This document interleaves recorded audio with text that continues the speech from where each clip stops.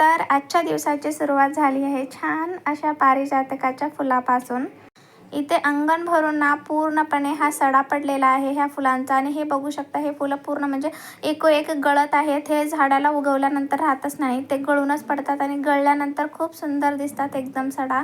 ते फुलं घेऊन मी वरी आले. त्यानंतर मला गरम पाणी प्यायची सवय आहे, मॉर्निंग कंपल्सरी.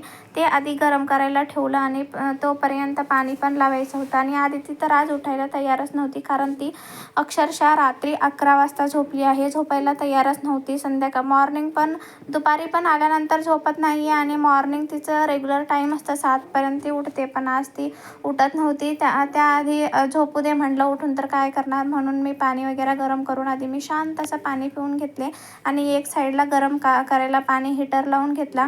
आणि आमच्या घराला ना 2 डोर आहेत, जे की एक सूर्योदय होतो ना तिकडे पण आहे, एक इकडे पण आहे. सो तो डोर मी मॉर्निंग ओपन करते, कारण की ऊन घरात आलं तर छान ऊन तरी खायला भेटतं. म्हणजे तिथे थांबून तर खाऊ नाही शकत, ॲटलिस्ट हिंडता फिरता तरी थोडंसं ऊन भेटेल. आणि तिथं मनू पण खेळते.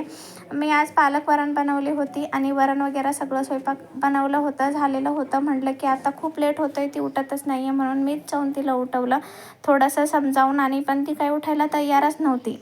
आणि त्यानंतर ना माझा हा पूर्ण रात्रीचा शूट आहे, जे की 8 वाजता. आम्हाला संध्याकाळी जेवायला खूप उशीर झाला होता, म्हणजे दुपारी 3ला जेवतो, पण आज 4 वाजलं होतं. ह्यांचं सकाळचं शिफ्ट असलं तर दुपारी पण जेवण होतं 3 वाजता आणि दुपारी 4 वाजता जेवल्यामुळे ना एवढी काही भूक नव्हती. ती छोटीशी भूक होती, म्हणून त्या लाह्याचा सुसला खाल्लं होतं, कारण दुसरं स्वयंपाक पण काहीही नव्हतं. आणि भात भाजी बनवण्यापेक्षा एवढ्यावरच भागू, कारण छोटीशी भूक होती आणि आजी तर जेवणारच नव्हते.